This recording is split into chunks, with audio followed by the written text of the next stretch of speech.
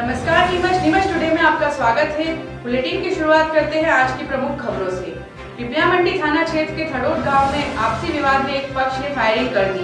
इस घटना में एक युवती को गोली लगी, जिसे रात 1 बजे जिला अस्पताल लाया गया। यहां से उसे रतलाम मेडिकल कॉलेज रेफर किया गया। मल्हारगढ़ एसडीओपी नरेंद्र सोलंकी ने बताया कि थड़ोट निवासी डूंगर सिंह और आरोपी नरेंद्र सिंह पिता भुवन सिंह दोनों के घर आसपास हैं।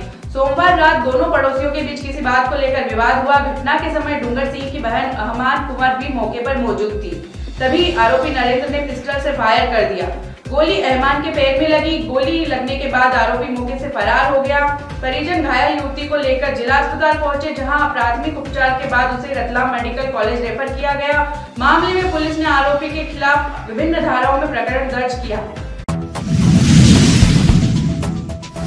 नीमच जिले के जावद थाना क्षेत्र में एक बड़ी तस्करी का मामला सामने आया है। ग्राम खोर में देर रात एक पिकअप वाहन अनियंत्रित होकर पलट गया, जिसमें भारी मात्रा में प्लास्टिक के कट्टों में डोडा चूड़ा भरा हुआ था। इस हादसे में पिकअप के चालक की मौके पर ही मौत हो गई। मृतक के पास एक पिस्टल भी बरामद हुई है, जिससे यह अंदाजा लगाया जा रहा है कि यह तस्करी का मामला हो सकता है। घटना की जानकारी मिलने के बाद जावद नया गांव पुलिस मौके पर पहुंची और जेसीबी क्रेन की मदद से पलटी हुई पिकअप को सीधा किया। मृतक व्यक्ति को पिकअप से निकालकर शासकीय अस्पताल भेजा गया। इस घटना से यह स्पष्ट होता है कि तस्करों द्वारा डोडा चूड़ी की तस्करी की जा रही थी और पिकअप का पलटना इस तस्करी की प्रक्रिया में कोई रुकावट हो सकती है। पुलिस ने घटना की जांच शुरू कर दी है और यह पता लगाने की कोशिश कर रही है कि पिकअप कैसे अनियंत्रित होकर पलट गई। अब तक इस मामले से जुड़ी हुई जानकारी जुटाई जा रही है, ताकि तस्करी के नेटवर्क और संबंधित व्यक्तियों का पता चल सके।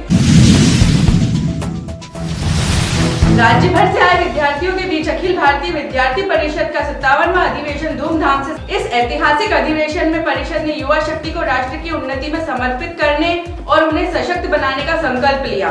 खास बात यह रही कि इस आयोजन में 9 कार्यकर्ता पहली बार शामिल हुए, जिन्होंने अपनी जिम्मेदारियों को स्वीकार किया।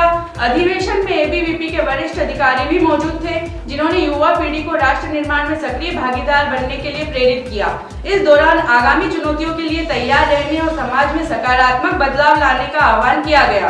परिषद ने युवाओं से अपील की है कि वे अपनी शिक्षा, कौशल और सामर्थ्य के माध्यम से राष्ट्र की प्रगति में योगदान दें। यहाँ वक्त है एक ब्रेक का और ब्रेक के बाद दिखाएंगे कुछ और खबरें। प्लाट ही प्लाट करे अपने नए घर का सपना पूरा। नीमच शहर के मध्य पूर्णतया वैधानिक सर्व सुविधा युक्त कॉलोनी शांति निकेतन स्थान महावीर नगर के पास हवाई अड्डा रोड स्थित नीमच उपलब्ध है। 1000 वर्ग फीट और 1250 वर्ग फीट के प्लाट, तो तुरंत लाभ उठाएं और आज ही बुक कराएं। अधिक जानकारी के लिए संपर्क करें 9827051052 नंबर पर।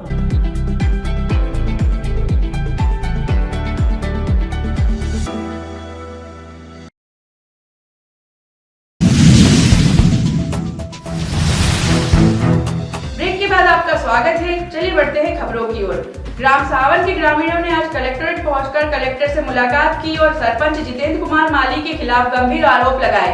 ग्रामीणों ने बताया कि सरपंच के खिलाफ पहले भी कई ज्ञापन दिए, जिसमें उनकी पत्नी को लेकर विवाद उठाया गया था। अब मामले में नई जानकारी सामने आ रही है कि सरपंच की दूसरी पत्नी भी है और उसे जान से मारने की धमकी दी गई है।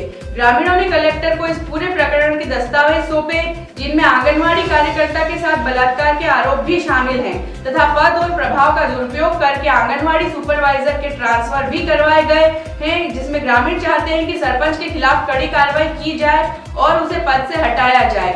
इस मामले की निष्पक्ष जांच की जाए। ग्रामीणों ने चेतावनी दी है कि अगर उनकी आवाज नहीं सुनी गई तो वह आगे भी इस मुद्दे को लेकर विरोध जारी रखेंगे। काकड़िया तलाई गांव के ग्रामीणों ने कलेक्ट्रेट में ज्ञापन देकर गांव के ही मुकेश प्रजापति के खिलाफ कड़ी कार्रवाई की मांग की है। ज्ञापन में ग्रामीणों ने आरोप लगाया कि मुकेश प्रजापति ने अपने घर की ही जमीन के मामले में गांव वासियों को परेशान कर रखा है और उन्हें अफीम की फसल के झूठे मामलों में फंसाने की धमकी दे रहा है। इसके साथ ही वह ग्रामीणों से 2-2 लाख रुपए की मांग भी कर रहा है। इस उत्पीड़न से तंग आकर ग्रामीणों ने मुकेश के खिलाफ उचित कार्रवाई की अपील की है।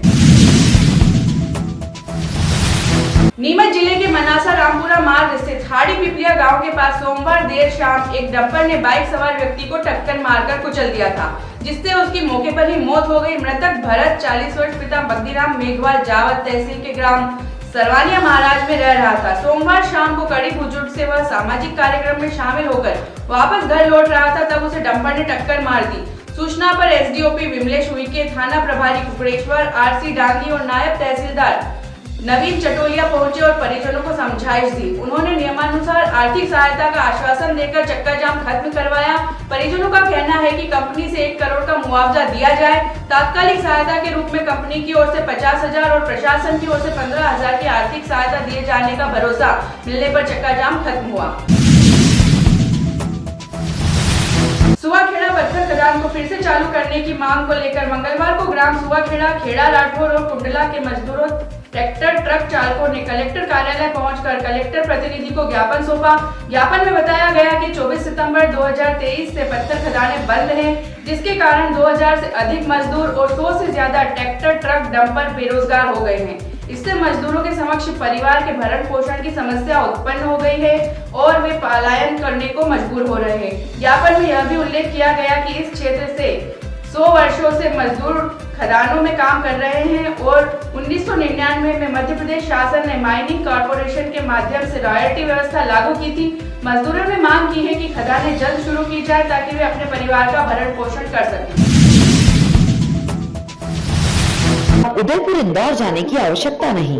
ग्यारोदय मल्टी स्पेशलिटी हॉस्पिटल नीमच में उपलब्ध है। अंचल का एकमात्र अत्याधुनिक सर्व सुविधा युक्त 150 बेडेड हॉस्पिटल, जहां आपको 24 घंटे इमरजेंसी सुविधा उपलब्ध मिलेगी। साथ ही सभी बीमारियों का इलाज, जांचें तथा दवाइयां एक ही स्थान पर उपलब्ध है।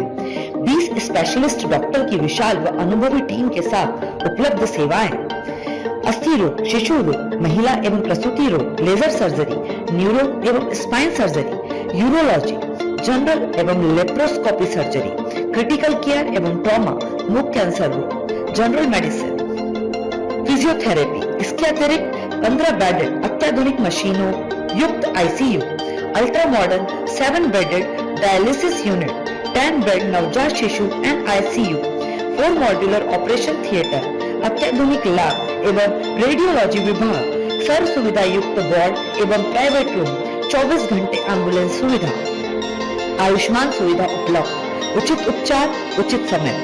Gyanodaya multi speciality hospital.